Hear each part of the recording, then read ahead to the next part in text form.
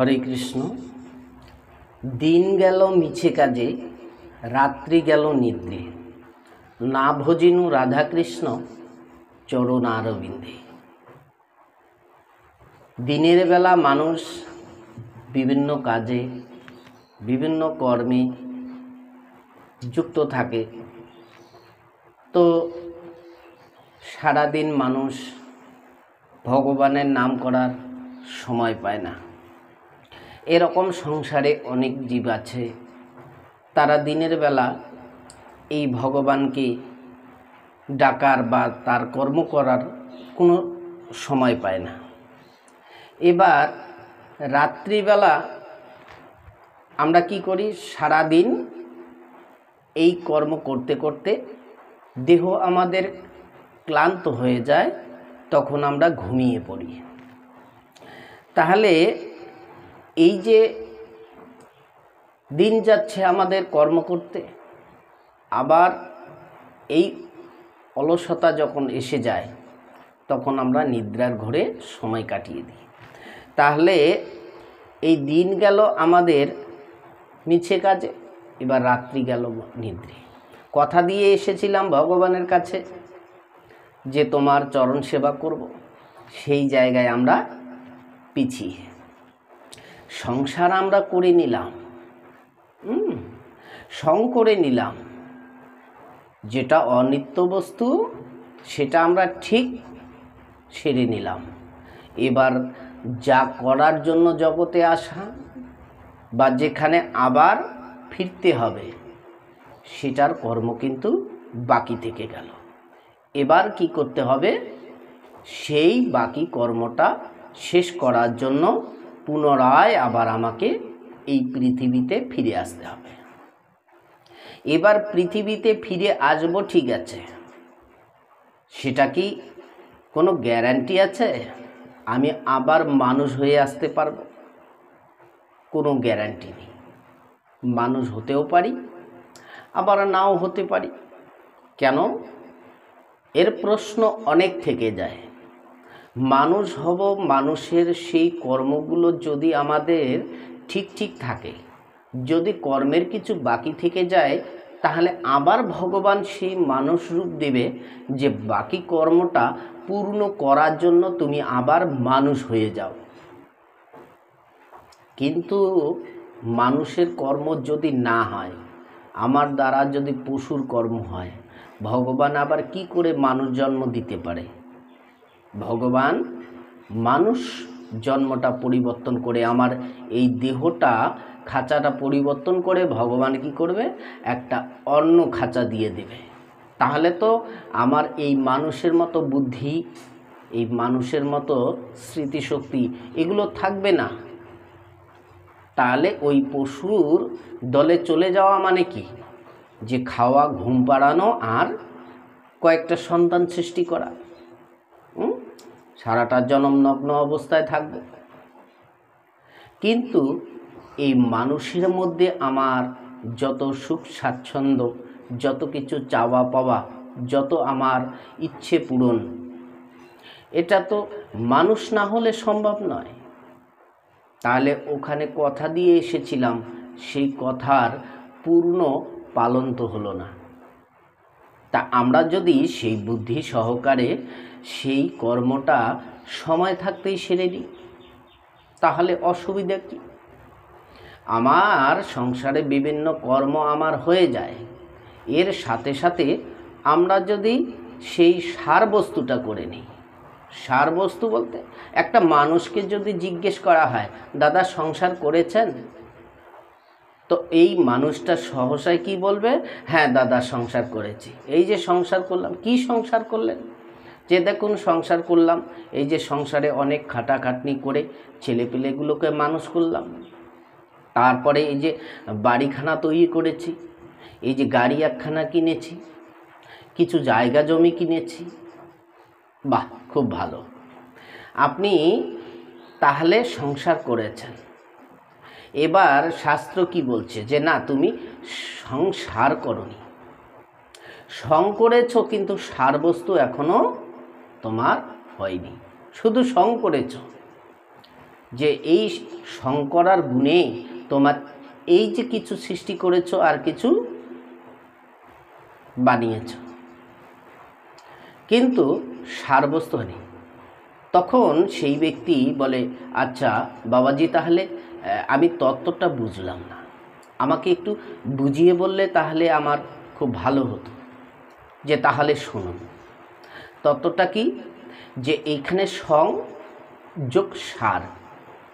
Song হচ্ছে এই যে চৈত্র মাসে আমরা দেখতে পারি, তো এবার যে আমাদের চৈত্র মাসে চড়ক ঠাকুর নিয়ে ঘোরে, তাহলে এখানে শিব পার্বতী নিয়ে পাড়ায় পাড়ায় যখন ছেলেরা ঘোরে, এখানে দেখবেন শিবটা এটা ছেলে মানুষ সেজে নেয়, এটা সবাই আমরা জানি। কিন্তু এই পার্বতীটাকে যে সাজায়, এটা কি সত্যি কোনো নারী না পুরুষ সেটা সেজে নারীর মতো তৈরি হয়?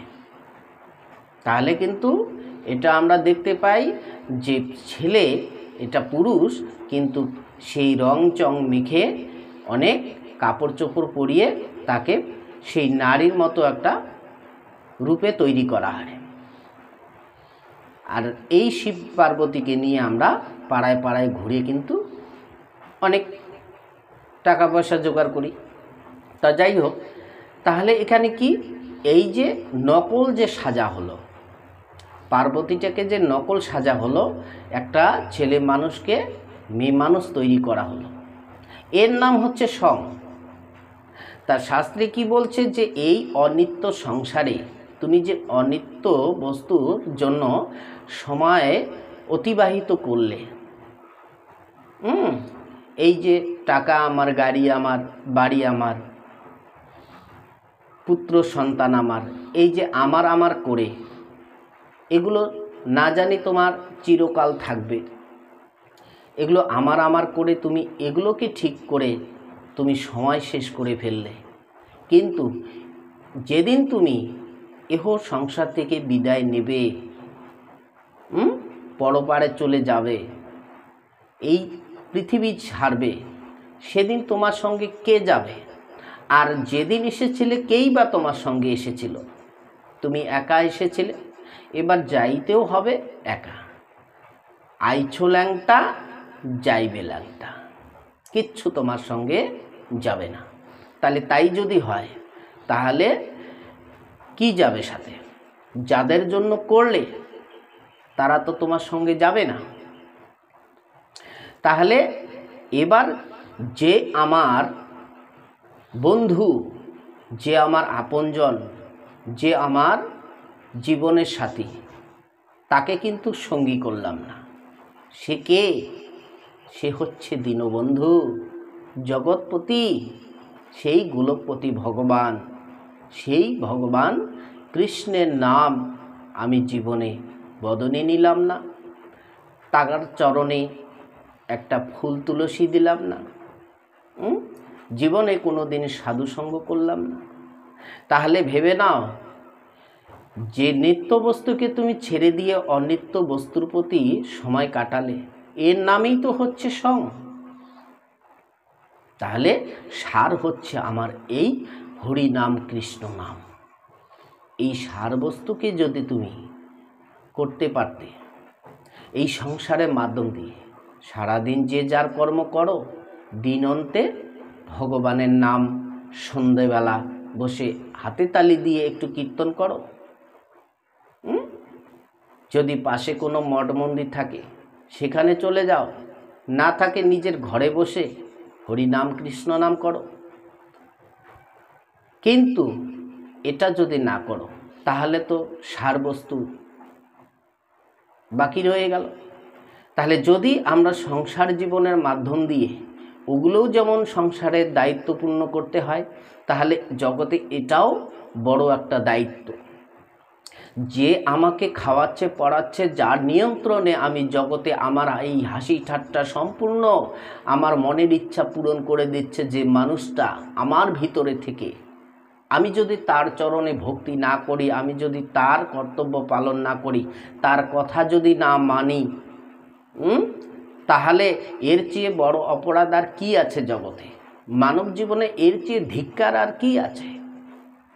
যার কৃপাতে আমার এত চাওয়া পাওয়া, যার কৃপাতে আমার দেহের যৌবন, আমার এই সৌন্দর্য, আমার এই ভালোবাসা, আমার সমস্ত কিছু চাওয়া পাওয়া, যার ইচ্ছাতেই আমি, অথচ তাকে যদি ভালো না বাসি বা তাকে যদি প্রণাম না করি, এর চেয়ে ঋণ আর কি আছে জগতে? একটু ভাবার বিষয়। তা যাই হোক, আমরা যেন এটা কখনো না ভুলি। এই জন্য মুখস্থ বিদ্যা বললে হবে না। শুধু আমরা এই মুখস্থ বিদ্যা বললাম আর কাজ হয়ে গেল, তা না। এটা শাস্ত্রে বলাটাও যত আনন্দ লাগে, এবার কর্ম করলেও সেটা ততটাই আনন্দ লাগবে, আরও অধিকতর। এই জন্য এখানে যেরকম বলেছে, দিন গেল মিছে কাজে, রাত্রি গেল নিদ্রে, না ভজিনু রাধাকৃষ্ণ চরণারবিন্দে। কথাটাকে সত্যি করতে হবে। দিন আমাদের মিছে গেলে হবে না, দিনের কর্ম দিন হবেই। এবার ভগবানের কর্ম, কোনো দিন অন্তে পেটে খিদে লাগবেই, আর খিদে লাগলে আমাদের খেতেই হবে। তাহলে এই খাওয়াটা যদি আমরা পেটে না দিই, তাহলে আমার শরীর বাঁচে না, নাকি? তা যদি আমরা ভগবানের কর্ম না করি,